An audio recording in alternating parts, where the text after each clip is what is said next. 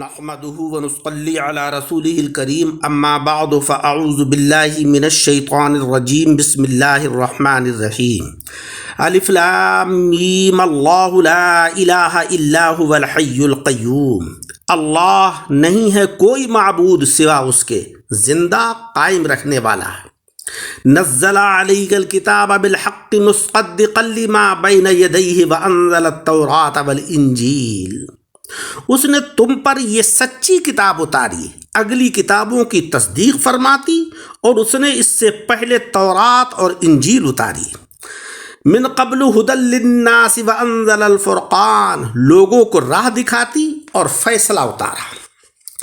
سامعین اکرام، ان آیتوں کا ترجمہ اور مختصر تفسیر ان آیتوں کے پہلے درس میں آپ نے سماعت فرمائی۔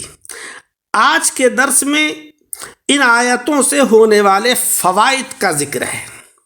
اس سورت کے نام ہی میں عیسائیوں کی تردید ہے۔ اس سورت کا نام ہے سورہ آل عمران، کیونکہ اس کا نام ہے سورہ آل عمران جس کے معنی ہوئے عمران کے گھر والے یعنی بال بچے، اور آل سے عمران کی بیوی حضرت حنہ اور عمران کی بیٹی حضرت مریم اور عمران کے نواسے حضرت عیسیٰ علیہ السلام مراد ہیں۔ اس صورت میں انہی کا قصہ بیان ہو رہا ہے، اور جو کسی کی اولاد ہو وہ نہ خدا ہو سکتا ہے نہ خدا کی بیوی، کہ یہ رشتے ہم جنسیت چاہتے ہیں۔ لہذا عیسائیوں کا یہ کہنا کہ حضرت عیسیٰ علیہ السلام اللہ کے بیٹے ہیں، حضرت مریم اللہ کی معاذ اللہ بیوی ہیں، یہ ان کا نظریہ اور عقیدہ غلط ہے۔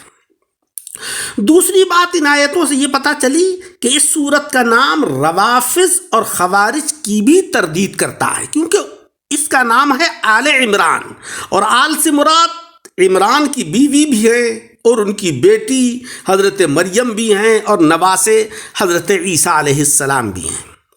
تو معلوم ہوا کہ آل میں بیوی، اولاد سب داخل ہیں۔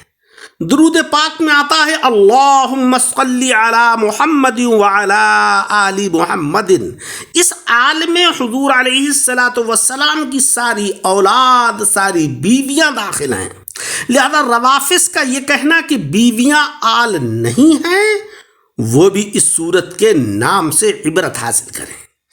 خوارج یہ کہتے ہیں کہ حضور علیہ السلام کی اولاد پاک جو ہے وہ آل سے خارج ہے، وہ بھی اس نام سے نصیحت حاصل کریں، کیونکہ آل عمران کے اندر حضرت عیسیٰ علیہ السلام داخل ہیں، حضرت مریم بھی داخل ہیں۔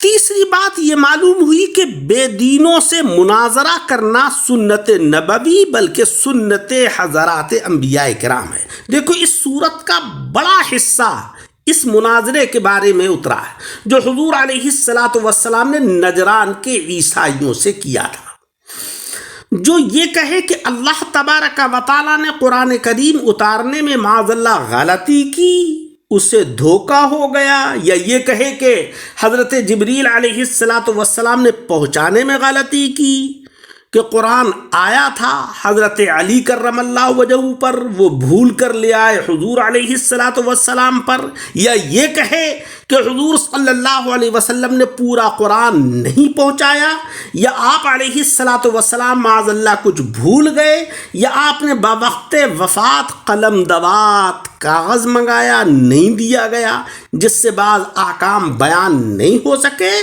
تو معلوم ہوا کہ وہ مرتد اور بے دین ہے، کیونکہ نزل علیک بالحق کا انکاری ہے کہ اللہ تبارک و تعالیٰ نے تو قرآن عظیم کو حق کے ساتھ اتارا ہے، اس کے اندر کذب یا نقص نام کی کوئی چیز ہے ہی نہیں۔ جب قرآن کریم کا نزول حق کے ساتھ ہوا، حق سے پہنچا، حق کے ساتھ حضور علیہ السلام نے سنا اور پہنچایا، تو یہ خامیاں کیسے پیدا ہو سکتی ہیں؟ قرآن کریم کے اندر اگر تردد ہوتا تو پھر تو اسلام ہی ختم ہو جاتا۔ چوتھی بات ہمیں ان آیتوں سے یہ معلوم ہوئی کہ مناظرے کے اندر دلائل قوی دینا چاہیے، نہ کہ گالیاں دینا چاہیے۔ دیکھو آقا علیہ السلام نے حضرت عیسیٰ علیہ السلام کی عبدیت پر کیسے کیسے قوی دلائل قائم فرمائے کہ سارے عیسائی حیران رہ گئے۔ نہ وہاں مذاق تھا نہ دل لگی تھی.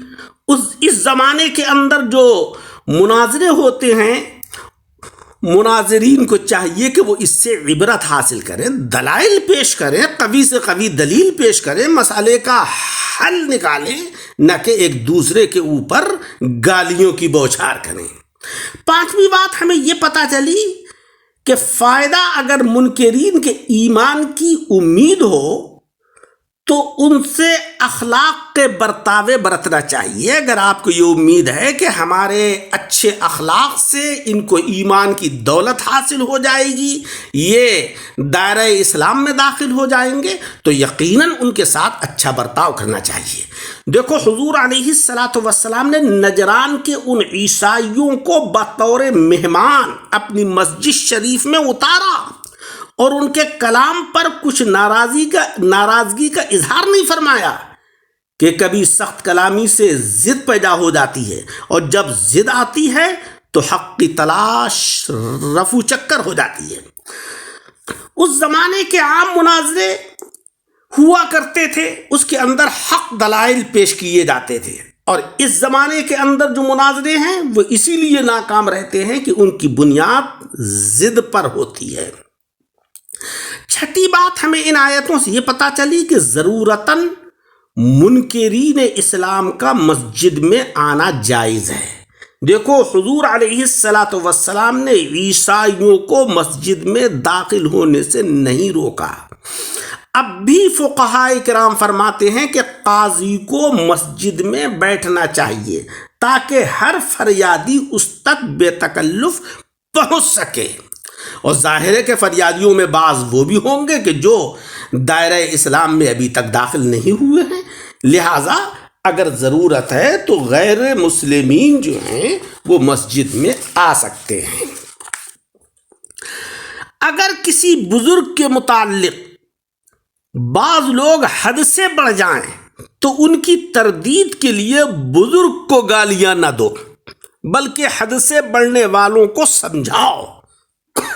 دیکھو حضرت عیسیٰ علیہ السلام کو عیسائیوں نے اللہ کا بیٹا مانا، مگر قرآن عظیم نے اور صاحب قرآن جناب محمد مصطفیٰ صلی اللہ علیہ وسلم نے ان کی توہین نہیں کی بلکہ عیسائیوں کی تردید فرمائی. دیکھو اس آیت میں عیسائیوں کے مقابلے میں فرمایا گیا کہ بے شک اللہ تبارک و تعالیٰ نے موسیٰ علیہ السلام پر تورات اور حضرت عیسیٰ علیہ السلام پر انجیل اتاری. وہ حضرات بھی سچے، ان کی کتابیں بھی سچی، مگر ان سے بے ایمانوں تم جو جھوٹے دعوے کرتے ہو ان کے اوپر، تم نے ان کو خدا کا بیٹا مان لیا، تو یہ تمہارا دعویٰ غلط ہے. اسی لیے اگلی آیت میں منکرین کی برائی فرمائی گئی ہے. نزول قرآن عظیم کا بھی نزول جو ہے وہ قرآن عظیم کا بھی ہوا، تورات اور انجیل کا بھی ہوا، مگر ان نزولوں میں چند طرح کا فرق ہے. اگلے درس میں اس فرق کا انشاءاللہ بیان ہوگا. اللہ تبارک و تعالی ہمیں قرآن عظیم پڑھنے، اس کو سمجھنے اور اس کے اوپر عمل کرنے کی توفیق عطا فرمائے. درس کو سن کر احباب کے ساتھ شیئر کریں اور ہمارے یوٹیوب چینل دعوت حق درس قرآن کو سبسکرائب